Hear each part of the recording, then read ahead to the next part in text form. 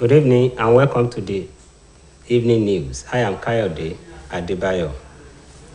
The Senate has commenced the screening of the 7 ministerial nominees transmitted to it by President Muhammadu Buhari. The nominees who appear before the Senate committee are Henry Ikechukwu, Abia; Umana Okon, Akwa Ibom; Ekumakama Joseph, Ebonyi; and Goodluck Opia, Imo. Others are Omar El Yakubu, Kano; Ademola Adegoroye, Ondo; and Odum Odi, Rivers. The immediate past Chief Justice of Nigeria, Ibrahim Muhammad, is expected to get a 2.5 billion naira severance package from the federal government. Muhammad's resignation on health grounds was announced less than a week after the 14 Supreme Court justices accused him of financial malfeasance and maladministration. Following the development, President Muhammadu Buhari swore in Justice Olukayode Ariwola, the next most senior justice, as the acting CJN. As part of the package for the retired Chief Justice put together by the National Judicial Council, a mansion will be built for him in Abuja or any city of his choice with a lump sum for furnishing. This is in addition to a gratuity that is 300% of his annual basic salary of 3.36 million naira, as well as a pension for life. Reports say the National Judicial Commission had in 2019 recommended the payment of 2.5 billion naira for Muhammad's predecessor, Walter Onohen. A former CJN, Alpha Boegore, was also reportedly paid about 2.8 billion naira after he retired from service. Just like state governors, a retired Chief Justice is entitled to at least 4 domestic staff and sundry allowances for personal upkeep.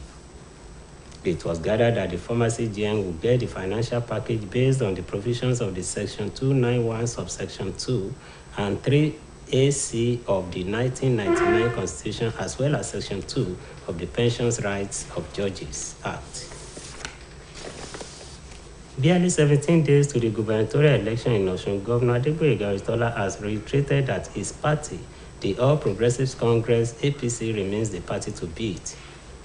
He said his outstanding performance across sectors of the economy has manifested in the last 3.5 years had earned him the people's support and soared his popularity and acceptability. He warned members of the opposition parties to desist from politics of acrimony, inflammatory commentaries capable of inciting the public and instigating violence, urging them to play the game according to the rule. Governor Oyetola spoke while receiving a delegation of the British High Commission in Osogbo, the state capital.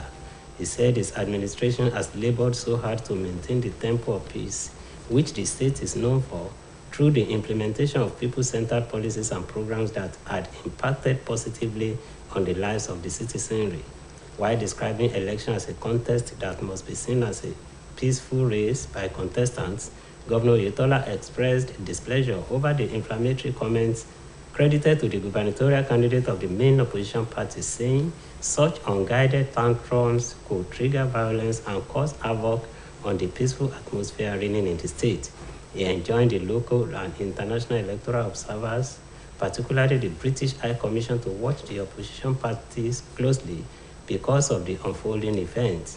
Earlier in his remarks, the leader of the delegation of the British High Commission, Mr. Wale Adebayo, said they were in the state on pre-election visit as part of effort to assess and measure the level of readiness and preparation of the political parties, their candidates, officials of Independent National Electoral Commission, INEC, security agents, among other concerned authorities.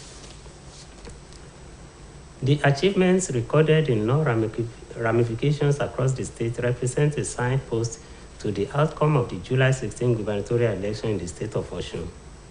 Stalwarts of the All Progressives Congress in the state, including Evangelist Rasak Adeosun, Alhaji Kudirat Fakokunde, and Alhaji Ahmed Omaloye, expressed optimism in a chat with OSBC News that Governor Adegboyega Oyetola will be rewarded bountifully for a job well done in the forthcoming gubernatorial poll.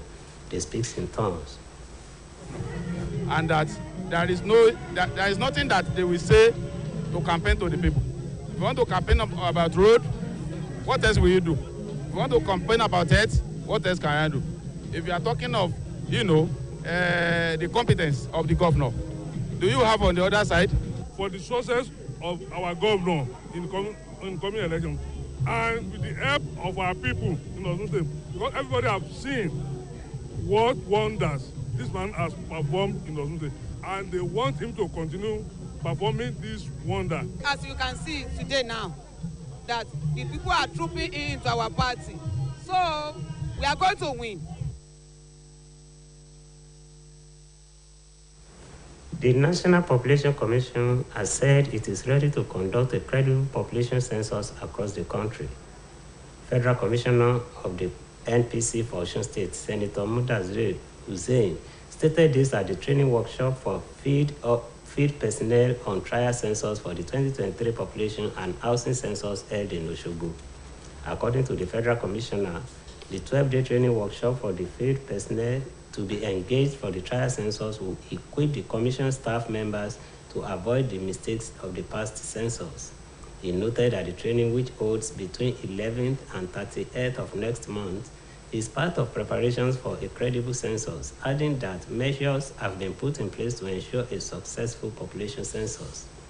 Speaking, the State Director of the National Population Commission, Osun State Branch, Mr. Emmanuel Alaki, noted that a census is conducted to aid development of the people and that the Commission will use a total of 110 field functionaries, which comprises enumerators, supervisors, and facilitators for the trial census across all the local governments in the state of Osun. The Sultan of Sokoto and President General Nigerian Supreme Council for Islamic Affairs, NSCIA, Alhaji Sahad Abubakar III, has directed the Muslim Ummah to look out for the new moon of Dhul Hijjah as from tonight. Abubakar said this in a statement in Sokoto by the chairman of the Advisory Committee on Religious Affairs of the Sultanate Council, Professor Sambo Junaidu. The Sultan prayed Allah to assist the Muslim Ummah in the discharge of their religious duties. Dhul Hijjah is the 12th and last month in the Islamic calendar in which the holy pilgrimage takes place, as well as the festival of sacrifice called Eid al-Kabir. And on the spot, Chelsea Belgian striker Romelu Lukaku has landed in Milan this morning to complete his loan move to Inter Milan.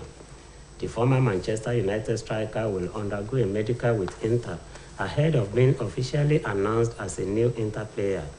Inter will pay Chelsea a loan fee of $6.9 million plus £3.5 million in bonuses if they win the Scudetto and will cover all his wages this season. Reports say only the final details of the deal need to be resolved before Inter can welcome Lukaku back to the club just 11 months after they sold him to Chelsea for £97.5 million. Lukaku has agreed to a 30% pay cut to smooth his exit, with his earnings set to drop from £10 million per year after tax to £7 million. The breakthrough came after several rounds of negotiations involving Lukaku's lawyer Sebastian Ledor and Inter chief executive Giuseppe Marotta. And on the foreign scene, Israeli forces have killed a Palestinian man in the northern occupied West Bank city of Jenin after armed clashes broke out between the Israeli army and Palestinian fighters following a dawn army raid. The head of the Khalid Suleiman government hospital in Jenin, Wissam Baker, said that the 25-year-old Maha Mareh was brought in after being shot in the chest. Baker told newsmen that a bullet pierced Mareh's heart and that efforts to resuscitate him were unsuccessful. At least 2 Palestinian men were arrested during the army's raid in Jenin. It remains unclear why Mareh was shot, but the Israeli army claimed that its soldiers had been attacked, leading to the shooting. The Israeli army conducts raid and arrest operations on a near-daily basis in the occupied West Bank, which often result in injuries or killings of Palestinians. The army arrested at least 13 Palestinians from across the occupied West Bank overnight. Over the past few months, Israeli forces have especially intensified their raids on Jenin, where several armed Palestinian groups are active, particularly in the city's refugee camp. And that ends the evening news on OSBC TV. Please join us at 7 for major reports. Good evening.